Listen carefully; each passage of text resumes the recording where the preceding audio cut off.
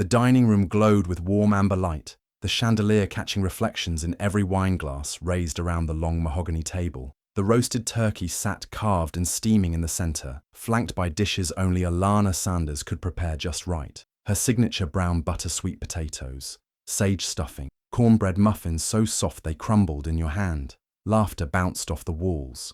Old jazz played low from the kitchen speaker, and every chair was filled. Her parents, her sister, Eric's brother, their 2 kids. All right, someone said mid-toast, glass wobbling in hand. To Alana, for pulling off another perfect Thanksgiving. Eric chuckled, raising his glass. He stood slowly. Actually, he said, his voice calm but too loud, if I could say something. Alana looked up from slicing pie, napkin still tucked into her lap. She smiled instinctively. Go ahead, baby. He tapped the rim of his glass with a knife once, twice. The chatter faded. Eric cleared his throat.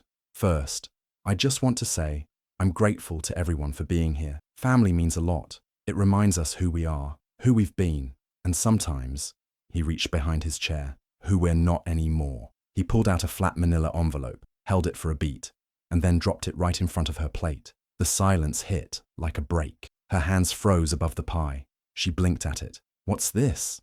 I'm filing for divorce, Eric said, his tone as mild as if he were announcing a parking ticket. Just wanted to let you know. The room gasped. Someone muttered, wait, what? Another wineglass clinked against a plate. Their daughter, Laya, 16, stiffened, fork halfway to her mouth. Alana looked from the envelope to Eric's face, trying to find the joke, the punchline, some glint in his eye that said this wasn't real. But he didn't flinch, didn't smirk, didn't blink. She picked it up. The seal was already open. I didn't want to ruin the whole evening, he added, almost apologetic, but I figured it's as good a time as any. Alana didn't speak. Her fingers trembled as she pulled the papers out. Her breath snagged. The words blurred. Petition for dissolution of marriage. Date of separation, October 3rd. Filed by Eric M. Sanders. I don't understand, she whispered. Eric put a hand on her shoulder, patronizingly. We'll talk later. Just read through it when you can. She pulled away as if burned. Her face collapsed inwards. Confusion, shame, fury, all crawling to the surface. Her father stood up slowly. Eric, are you serious right now? Eric was already sitting back down. He picked up his wine. Better now than during Christmas. Alana stood, slowly. Her chair scraped sharply against the floor. She looked at every face around the table, some frozen, some avoiding her gaze.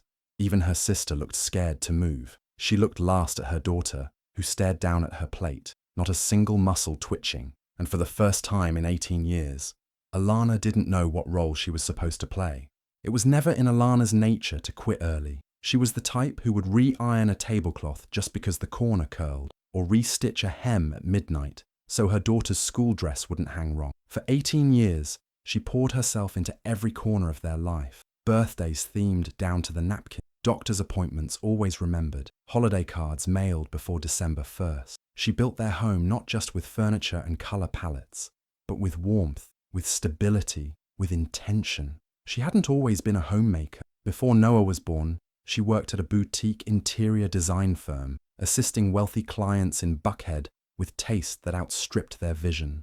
After Lila came along, she let go of the paycheck and instead used her eye for detail on their own growing life. Tiny touches like labeling the pantry, repainting the baseboards herself, creating a breakfast nook that became the kids' homework nest. Eric loved it back then. At least, he used to say he did. She's got the magic touch, he'd brag at dinner parties. My house could be in a magazine, and lately, it almost had been. Alana had finally returned to design work, freelance now through word of mouth and a sleek Instagram account she'd curated herself. She had 3 new clients this month, 2 more on the way, and a soft launch of her own website scheduled for Black Friday. It was supposed to be her moment. She had even practiced the words she'd planned to say after dessert that night. I've decided to take on clients full-time. Finally, it's time. But instead of launching her business, she'd been handed her ending. Looking back, the signs were there, just not loud enough, not dramatic, just slow fade-outs and quiet silences that became normal. Eric started staying late about 6 months ago. At first, he claimed it was the restructuring at his firm. New partners, more meetings. Then came the unexplained weekends in the city, the shift from warmth to cool civility. He stopped kissing her on the forehead at night. He took separate showers. He never asked about her day. Alana noticed the small things, the new passwords on their joint accounts, the way he flinched when she reached for his phone, the texts he answered in the garage, facing the wall. And yet, she kept making excuses. He's stressed. It'll pass. This is just a season. They still had sex. Occasionally, but it felt like maintenance. A chore to check off, not connection. He'd never been cruel, not openly, just elsewhere. And she thought, as long as he's not leaving, then maybe I'm overthinking it. She told herself she could wait it out. Once her business took off, once she brought in income again, maybe he'd look at her differently. Maybe he'd miss her. Maybe they'd matter again. But Eric had made his decision long before Thanksgiving. She saw it now, clearly, the calculated timing, the manila envelope, sealed and ready, the choice to serve her in front of the kids, in front of her parents, at her table, with her food, on the day she had poured herself into every dish and detail for the people she loved. The cruelty wasn't spontaneous. He had meant to humiliate her. What stung more was that no one had seen it coming. Not her sister, not her father, not even Lila, who'd been distant lately, but still kissed her goodnight. Everyone thought they were the picture of suburbia. You guys are solid, people would say, still holding it down after all these years. Alana used to smile at those compliments. Now she wondered if anyone had ever looked closely. That night, after the guests had left and the table was half cleared, she found herself standing alone in the kitchen, sponge in hand, water running too hot. The envelope sat on the counter, reopened, but unread. She couldn't bring herself to look again. From the living room came the muffled sound of ESPN. Eric had changed into sweats. He was sipping whiskey like it was any Thursday, as if he hadn't just torched 18 years in front of a crowd. Alana shut off the tap, stared out the window. The backyard was dark, the branches bare, the wind nudging the patio chairs gently like a reminder. Things move on whether you're ready or not. And for the first time in her life, she asked herself a question she'd never let form fully in her mind. Who am I when I'm not needed anymore? The next morning, the kitchen was quiet, too quiet. Even the refrigerator hummed like it was trying to avoid making noise. Alana sat at the counter with her laptop open, legal documents beside her like a pile of wreckage she hadn't finished sorting through. Her hands moved without thinking. Click, tap, scroll. Her brain moved slower, like each new realization was punching through molasses. The joint account showed a balance of $14.27. She blinked, refreshed the page. Still there. No glitch. The transaction history told a clearer story. Weeks of transfers to a secondary checking account, one she hadn't known existed. Big ones too. 500 here, 1,000, 3,000. All moved with surgical precision starting late September. Her heart kicked. She clicked to the mortgage portal, then froze. The login failed. She tried the backup password Eric used for everything. Noah's birthday backwards. Still nothing. A pit opened inside her chest. Her phone was in her hand before she realized it. She called the mortgage provider directly, waited on hold with a polite smile she didn't feel. When the rep finally answered, cheerful and chipper, Alana's voice barely held. "Hi, I'm just trying to confirm our payment history for the home at 441 Willow Grove. Sure, just need to verify the name on the account. Alana Sanders, or Eric Sanders. Either." There was a pause, fingers tapping on a keyboard. "I'm only seeing one primary on this account. Eric Sanders." The pause that followed felt eternal. "No co-owner listed?" Alana asked, her voice cracking. "No, ma'am. He's listed as sole title holder and borrower." She ended the call without saying goodbye. The house wasn't hers. Not legally. Not anymore. Her knees nearly gave as she slid to the floor. Laptop open, phone still clutched in her fist. The tiles felt cold through her sweatpants. Her eyes burned, but no tears came. She had given him everything. Trust, loyalty, years of unpaid labor, nights of meal prepping and school volunteering and pretending she didn't see the coldness in his eyes. And now he'd stripped her down to nothing with a signature. She sat there for what felt like hours, until Lila walked in. Her daughter paused in the hallway. "Mom!" Alana turned slowly. "Did you know?" Her voice wasn't sharp, it was hollow. Lila's face twisted. "What? Did you know your dad emptied the accounts? That he filed? That I wasn't even on the house deed?" Lila opened her mouth, closed it. "Lila." The girl's eyes shimmered. He said he'd tell you. He said he had a plan. He made me swear not to say anything. Alana stood. Something electric sparked in her chest. What else? She asked. Lila's chin dropped. It's Melissa. Alana blinked. Who's Melissa? My dance coach. Silence swallowed the space between them. Alana stared at her daughter. You're what? Lila didn't meet her eyes. They've been seeing each other. She used to text him late. I saw her in his car once, last month. He said it was private, not to get involved. Alana stepped back like she'd been hit. She's 28. She's your teacher. I didn't want to keep it from you, Lila whispered, but I didn't know what to do. Alana felt her throat closing. You should have told me. I'm your mother. I was scared, Lila said, and the way her voice broke at the end made Alana falter, but only for a second. Something in her snapped into focus. The rage, the pain, it crystallized. She wasn't going to scream. She wasn't going to break dishes. That's what Eric would expect. That's how he'd stay in control. Instead, she turned. She opened a drawer, pulled out a notebook, reached for her phone. What are you doing? Lila asked, voice small. Alana didn't answer right away. She was already on Google, looking up divorce attorneys, financial forensics, real estate fraud. I'm writing everything down, she said finally, calm, measured. Every dollar missing, every date, every person involved. Lila stepped closer. Mum, I'm sorry. You didn't betray me, Alana said, cutting her gently. He did, and so did she. You're a kid. But I still… Alana turned to her, her eyes finally softening. Then help me now. We're not going to cry about it. We're going to build a case. She pressed the button on her phone. The recording light flicked on. Say what you saw, Alana said. Lila hesitated, then nodded slowly. He picked her up after class. She got in the front seat. I saw her kiss him before they drove off. Alana clicked stop, saved the file, date stamped it, and in that quiet moment, with betrayal still hot in her chest, she knew one thing with complete clarity. Eric Sanders picked the wrong woman to corner. A week later, the doorbell rang at 7:42 a.m. Alana, in slippers and a robe, opened it to find a courier holding an envelope with the county court seal. She didn't have to open it to know what it was. The way the man looked at her, avoiding her eyes, he'd delivered this kind of blow before. Inside, a motion to vacate, 30 days to leave the premises. She stood at the door for a long time after it shut, paper trembling in her hand, the cold morning wind nudging her robe open like even the air was conspiring to strip her bare. Eric had escalated. By Sunday, the house didn't feel like hers anymore. The kids stayed quiet at dinner. Noah picked at his food. Lila spent most of the evening in her room, the door locked, phone glowing under her comforter. That night, Alana heard muffled crying through the wall. She stood outside Noah's door, hand hovering above the knob, but didn't go in. She didn't know what to say that wouldn't unravel her. 2 days later, Eric sent her a text. Let's not drag the kids into this. If they choose to stay with me, respect that. The wording made her chest tighten. Choose. He was turning their children into pawns in a war she never agreed to fight. As if on cue, Melissa posted a photo that evening. Instagram. A sunlit cafe patio. Her hand resting on a wine glass. A man's hand across from hers. The caption, New Beginnings.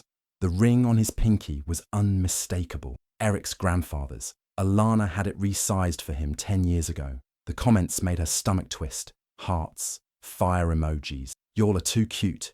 She looked closer.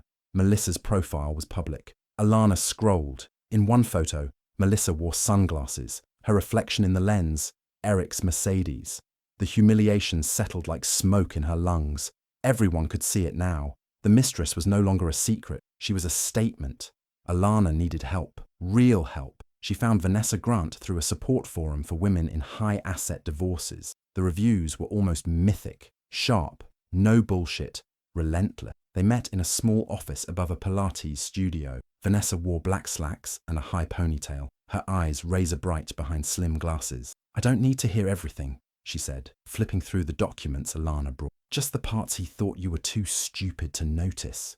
Alana's lips twitched. He used to call my business a hobby. Vanessa raised an eyebrow. Then let's make him regret underestimating your hobby. She explained things Alana hadn't even thought of. Forensic accounting, lifestyle audits, income suppression. Alana took notes in silence, every word anchoring her back to herself. He filed first. That's fine, Vanessa said. But if he's hiding income, shifting assets, or fraudulently moved money out of a joint account, we go after him hard. Can we prove that? Alana asked. We will, but I need you sharp. Watch everything. Save every email. Record every conversation if it's legal in your state. And whatever you do, don't let him know you have representation yet. Alana nodded, something cold and focused settling into her spine. He's trying to make me the villain. He's not smart enough to do that well, Vanessa said. And he picked the wrong woman to piss off. They shared a quick, quiet smile. War had been declared, but this time, Alana had armor. At home, she played the role. Civil, controlled. Every time Eric stopped by to pick up his mail or chat with the kids, she greeted him without emotion. She noted the time, the way he lingered, the watch she hadn't seen before, the way he tried to charm Noah, tried to guilt Lila. He was rebuilding his life in plain sight. He took Lila and Melissa out to brunch one Saturday, posted it. Melissa captioned it, "Family Brunch Coffee Heart." The comments lit up with support. Alana nearly threw her phone. Instead, she took a screenshot, dated it, saved it. A week later, she found a folder in the filing cabinet under the stairs. One Eric had forgotten to lock. Inside were bank statements from accounts she didn't recognize. One labeled Harbor Mutual, based in Delaware. The withdrawals matched the exact dates money left their joint account. She showed Vanessa. Classic funneling, Vanessa said. He's trying to make himself look broke on paper. They added it to the file. Then came the twist that made Alana's fingers go numb. She was digging through the safe in the back of the master closet, looking for old tax returns. Instead, she found a folder marked Refinance. Inside, a notarized document from 2 years ago. Title adjustment. Her signature at the bottom. Except she had never signed it. Not that day. Not ever. The signature looked right, but not quite. She stared at it for minutes before it clicked. The S in Sanders was wrong. She always looped it high. This one curved flat. She brought it to Vanessa. He forged it, Vanessa said instantly. That's a felony. Alana's breath caught. Can we prove it? Vanessa nodded. Why?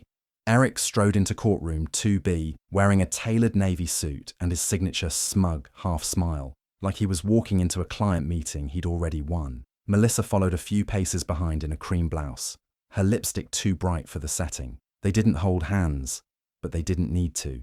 The arrogance floated off them like cheap perfume. Alana sat with Vanessa at the plaintiff's table, spine straight, face unreadable. She wore all black, a fitted blazer, and her natural curls pulled into a low bun.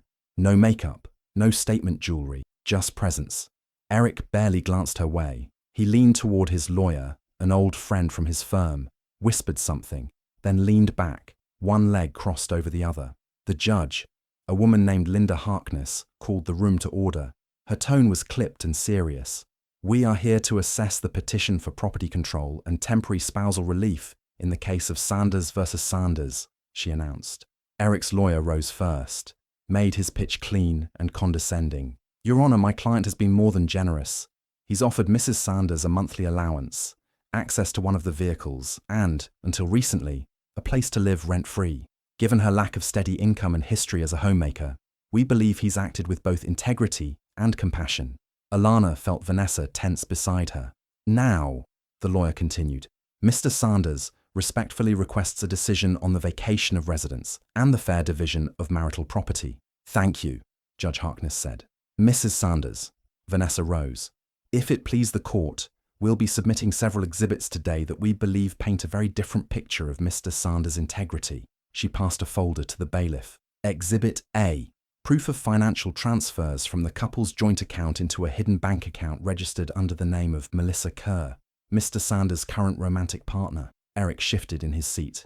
Exhibit B, Vanessa continued. A notarized title document removing Mrs. Sanders from the property deed. The signature, Your Honor, is not hers. It was forged. The judge held up the document. You have evidence of this? Vanessa nodded. Yes. A certified handwriting analyst reviewed the signature and found 3 points of deviation consistent with fraud. Eric's lawyer stood. Objection. We haven't had time to review these materials. Vanessa didn't flinch. They were submitted to the court clerk within the required 48-hour window. Judge Harkness glanced at the clerk, who nodded. Overruled. Eric leaned in, whispering something sharp to his attorney. Melissa's face paled. And finally, Vanessa said, Exhibit C, a post-nuptial agreement signed and notarized in 2018, outlining conditions of property division in the event of infidelity, specifically Clause 9, which states that should Mr. Sanders engage in an extramarital relationship, all shared property reverts to Mrs. Sanders' control. She handed a copy to the judge. Eric shot up from his chair. That agreement was symbolic. It wasn't, "Sit down, Mr. Sanders," the judge snapped, eyes narrowing. The courtroom was dead silent. Judge Harkness scanned the document. "Did you sign this?" Eric hesitated. "Yes, but that's all I need." She turned to the bailiff. "Pause any motion to vacate. Freeze all active marital accounts pending further investigation. Mrs. Sanders is granted immediate property control until a formal ruling." Eric's jaw tightened. Vanessa wasn't done. "Your Honor, we'd like to call a witness. Miss Lila Sanders." Gasps echoed softly in the courtroom. Alana turned slightly as her daughter stood from the back, walking slowly toward the witness box. She looked smaller than usual, hair in a messy braid, her hands tucked in her sweater sleeves. "You swear to tell the truth?" the bailiff asked. Lila nodded, voice barely a whisper. "I do." Vanessa approached gently. "Lila, can you tell the court what you saw on October 7th? Lila glanced at her mother, then at her father, who stared back like he could will her into silence. "I saw my dad picking up Miss Kerr after my dance class. I was leaving early for tutoring. They kissed. She got in the car. Her voice cracked, but she pushed through.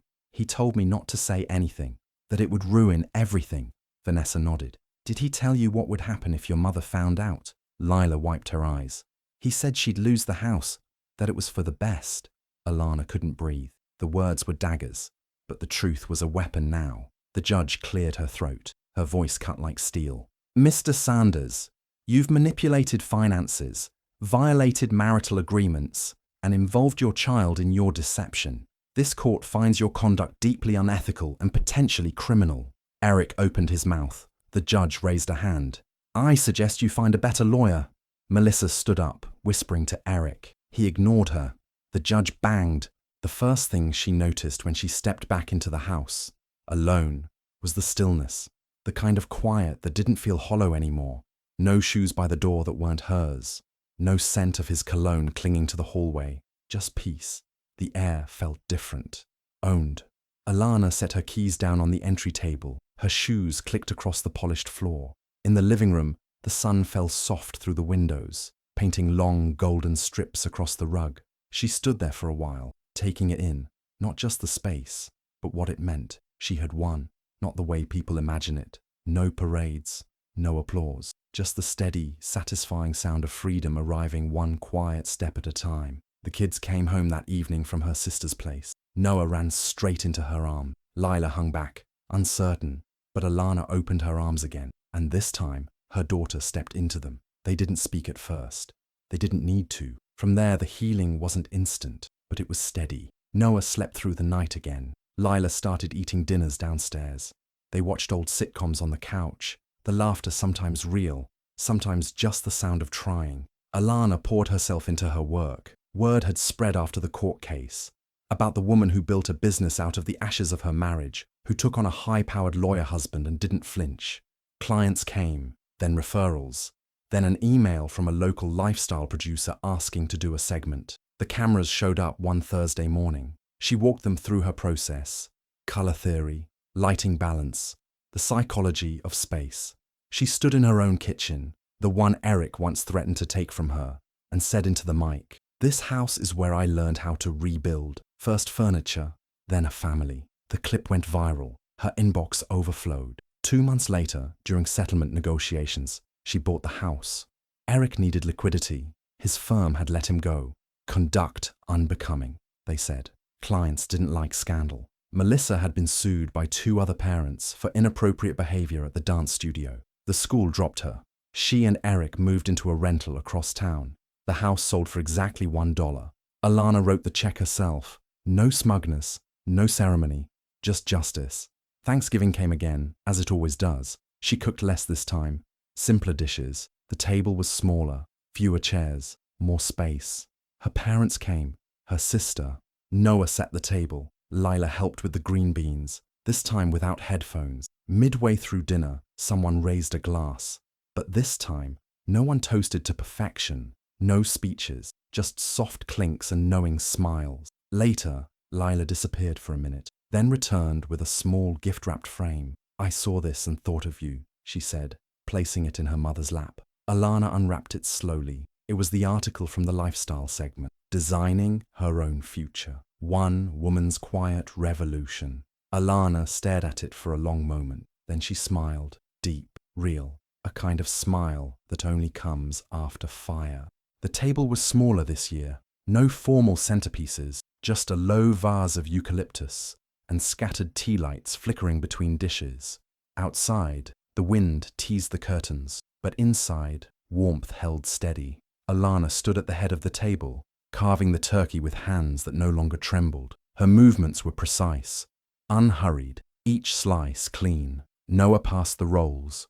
Lila poured the cider. Her parents chatted quietly. Her sister laughed at something no one else heard. No one talked about last year. They didn't need to. Lila set a small box next to Alana's plate just as she sat down. "I found it at a flea market," she said, a little too casually. Alana opened it and stared. It was the article, "Local Woman Builds Design Empire from Scratch," framed in gold, mounted on soft cream linen. She ran her fingers over the glass. "You framed this?" Lila nodded, chewing her lip. "You earned it." Alana looked around the table, at her kids, healing, at her parents, proud, at the home, hers. She lifted her glass, waited until everyone quieted. "No speeches," she said softly. "Just this." She glanced once more at the frame beside her plate. "Two beginnings." She paused. "Not ending." They raised their glasses, and for the first time in a long time, she felt full. Hi besties, thank you so much for watching to the end. Please remember to like, comment and subscribe.